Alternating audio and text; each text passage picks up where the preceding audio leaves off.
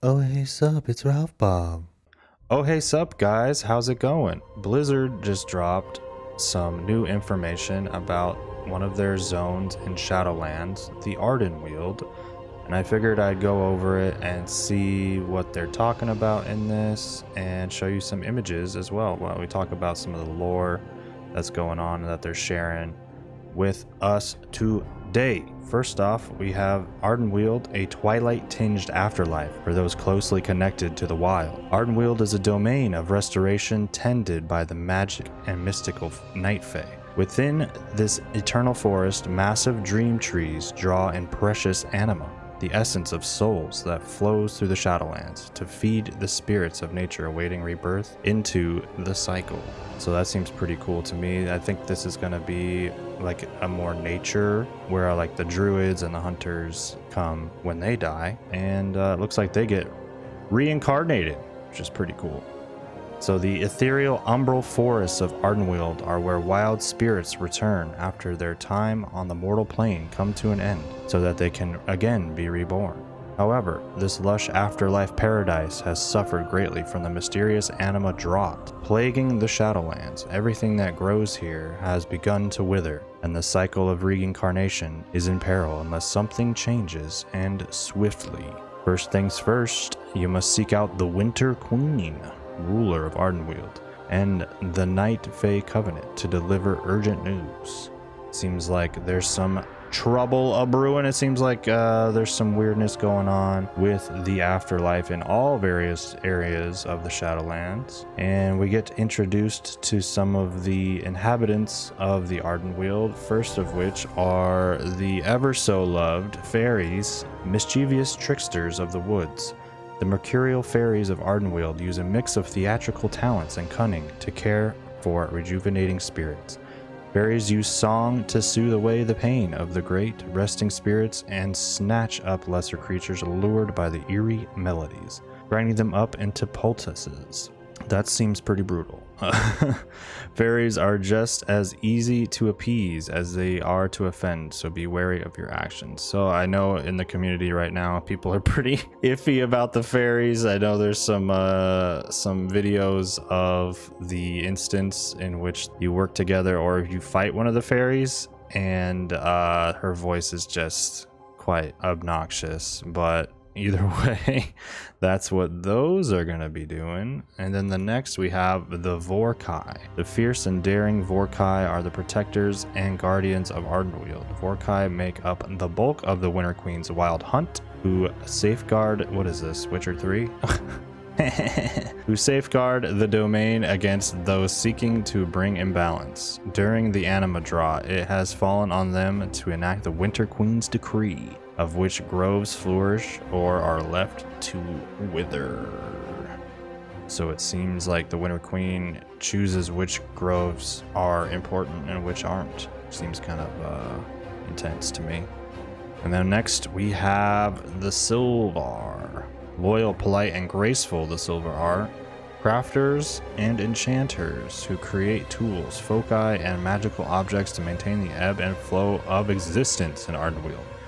Recently, some groves in Ardenweald have been decreed to let their nurtured souls perish so that others may survive the drought. Seems pretty brutal, man. But these guys seem pretty important. I don't know why would you would let them, unless, I don't know. Why would you let them fall? Maintain the ebb and flow of existence in art. I mean, that seems like a pretty goddamn important job to me. Moving on to the Turnin. Calm, patient, and enigmatic even to others in the Shadowlands. The Turnin are slow to action as well as anger. They are the eldest of the Fae Court, quiet and thoughtful, and generally friendly unless you threaten their groves. While slow to enrage, they are terrible to behold in battle, capable of shaping the land and flora around their enemies with frightening speed. Yeah, these guys seem pretty cool. I've seen a couple clips of them in game, and they kind of are like the most neat looking characters to me so far in this area, at least.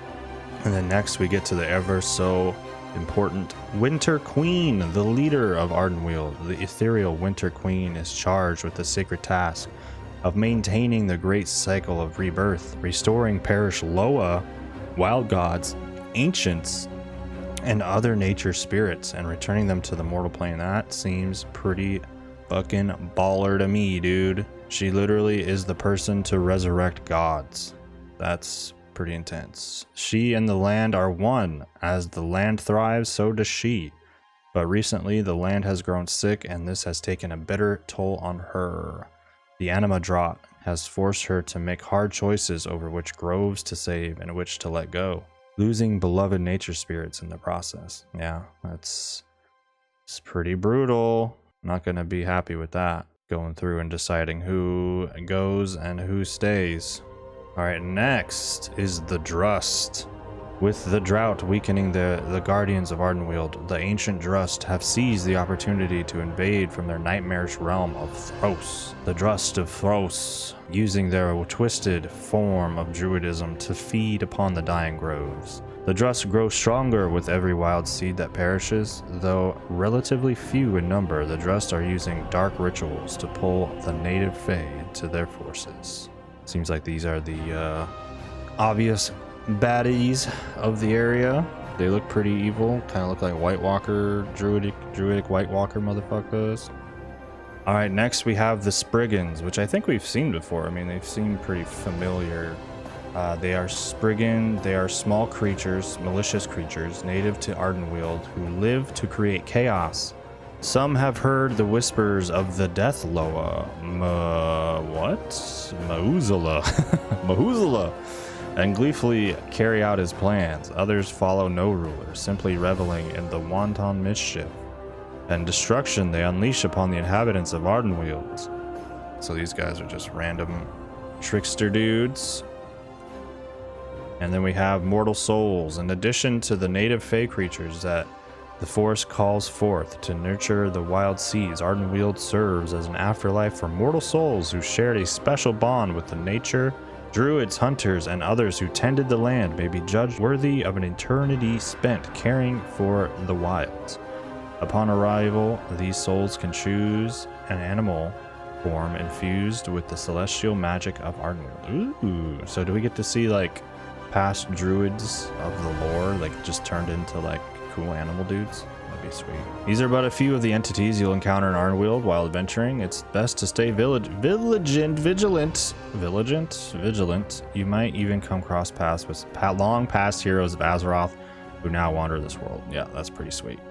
And we got the Night Fae Covenant. When you reach the max level, you can choose what you want to be with the Night Fae. Ooh, and then we get the Night Fae armor. We got the cloth on the left, the plate in the center, and the leather on the right. I'm digging this, okay? So I'm really digging the cloth. I'm really digging the plate.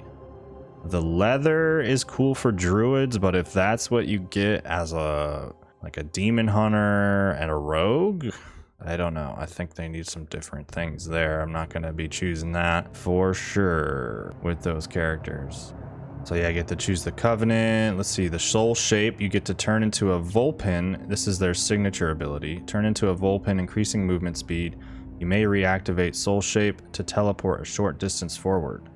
Additionally, cosmetic forms can be earned and collected through a variety of gameplay. While out in the world, this effect has a short duration before it wears off. So this is where you turn into a little fox. You run really fast and you can blink. It's actually a pretty good ability from what I've heard, and it'll be useful in a lot of situations. And that seems to be it right now. Those are some really good pictures and a really good insight to what's going on into Ardenweald.